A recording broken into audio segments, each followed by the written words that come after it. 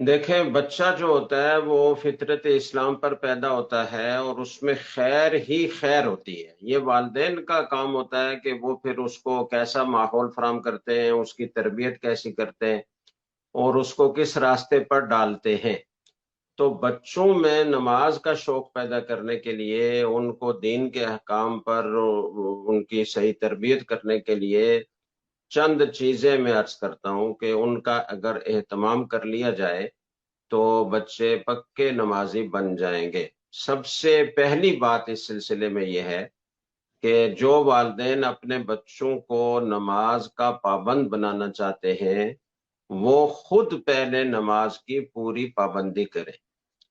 بچے کو جب ترغیب دی جاتی ہے اور والدین خود نماز کا اہتمام نہیں کر رہے ہوتے تو وہ ساری ترغیب اور وہ تربیت اور وہ نصیحت بالکل بیکار جاتی ہے۔ بچہ، لوگ یہ سمجھتے ہیں کہ بہت معصوم ہے، اسے پتہ نہیں چلتا، لیکن وہ ہر چیز کو دیکھ رہا ہوتا ہے اور وہ اپنی آنکھوں کے ذریعے سے، اپنے دماغ کے ذریعے سے اس سارے ماحول کو کیچ کر رہا ہوتا ہے اور اس کی تربیت قبول کر رہا ہوتا ہے۔ حتیٰ کہ ماں کے پیٹ میں بھی جب بچہ ہوتا ہے تو والدین کے اعمال کا اس پر اثر پڑتا ہے، تو پیدا ہونے کے بعد تو وہ اثر ظاہر ہے کہ لازمی طور پر پڑتا ہے۔ اور بچہ جتنا بچہ ہوتا ہے اتنا زیادہ سیکھتا ہے، جتنی عمر اس کی بڑھتی جاتی ہے اتنا اس کے سیکھنے کی اور اس کی تربیت کی صلاحیت میں کمی آتی ہے۔ اور اگر اسے صحیح تربیت دی جائے تو 7 8 سال کی عمر میں جو کچھ آپ اس کے ذہن میں ڈالنا چاہتے ہیں، جو اس کے ذہن میں راسخ کرنا چاہتے ہیں، وہ اس کے ذہن میں راسخ ہو سکتا ہے۔ اگر آپ اچھی تربیت کریں گے تو اچھی تربیت اس کے ذہن میں راسخ ہو جائے گی، غلط تربیت کریں گے، غلط ماحول فراہم کریں گے، خود اپنے اعمال اخلاق وہ درست نہیں رکھیں گے تو اس کا اثر اس کے دماغ پر پڑے گا اور اس کے دماغ میں بعض چیزیں راسخ ہو جائیں گی۔ تو پہلی بات یہ ہے کہ خود والدین نماز کی پابندی کریں۔ دوسری بات یہ ہے کہ بچوں کے لیے دعا کا اہتمام کریں۔ دعا میں بڑی طاقت ہے، الدعاء سلاح المؤمن۔ پھر والدین کی دعا اپنے بچوں کے لیے، اس کی تو بہت زیادہ اہمیت ہے اور اس کا فائدہ یقینی طور سے ہوتا ہے۔ بچوں کے لیے دعاؤں کا بہت بچوں کی تربیت پر اثر پڑتا ہے۔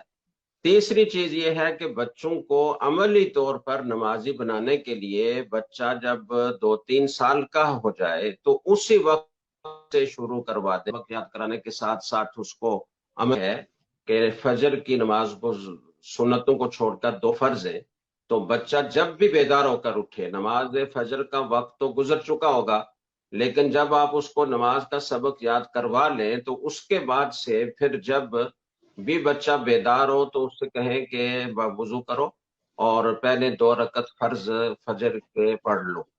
تو اس طریقے سے عملی طور پر اس کو نماز پر لگا دیا جائے۔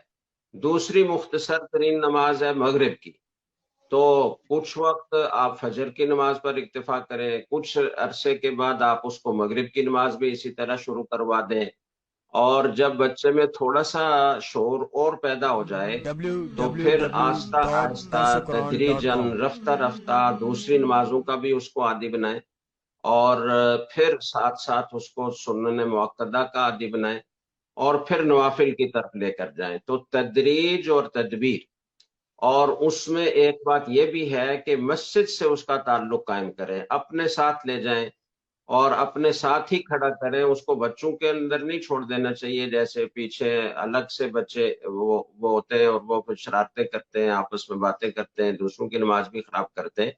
تو چھوٹے بچوں کو بھی اپنے ساتھ صف میں کھڑا کرنا جائز ہے، اور فقہا نے لکھا ہے کہ اس زمانے میں بچوں کو الگ پچھلی صف میں کھڑا کرنے کی بجائے اپنے ساتھ کھڑا کرنا زیادہ بہتر ہے۔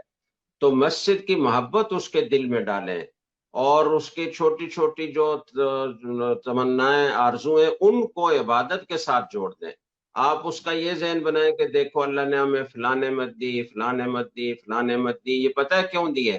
اس لیے کہ ہم اللہ تعالیٰ کی عبادت کرتے ہیں، ہم اللہ تعالیٰ کو ایک مانتے ہیں، اسی کو عبادت کے لائق سمجھتے ہیں۔